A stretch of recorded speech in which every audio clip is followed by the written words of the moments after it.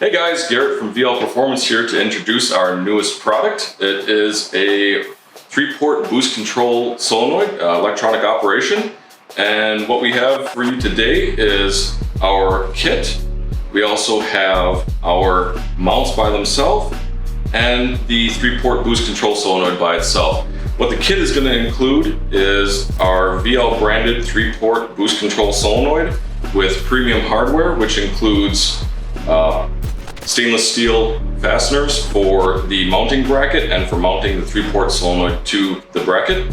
It includes aluminum NPT barb fittings for a 1/4-inch hose, and it includes a nickel-plated breather. So all, like I said, high-end premium components there you're not going to find in any other kit.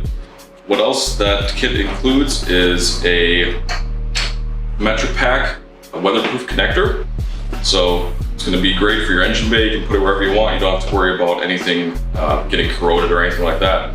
We also do sell the bracket by itself, and these are all made in-house, and that's going to include this aluminum bracket with the 3 mounting bolts in stainless steel. You can also get that mounting bracket in either 3D printed configuration, either the cutout one or the solid bracket. Last but not least, we do sell the 3-port boost control VL branded solenoid all by itself. Alright, and also as a little teaser, we do have our 3D printed flex fuel sensor mount that we will also have available as a kit with a Continental flex fuel sensor. And once again, this is 3D printed in-house, so support local.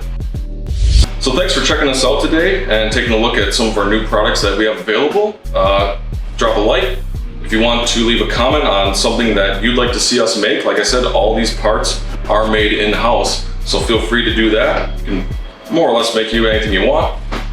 And also feel free to check out the link in the description to our webpage, which has most of these products available, besides the flex fuel bracket, which will be coming very shortly. So thanks, and we'll see you later.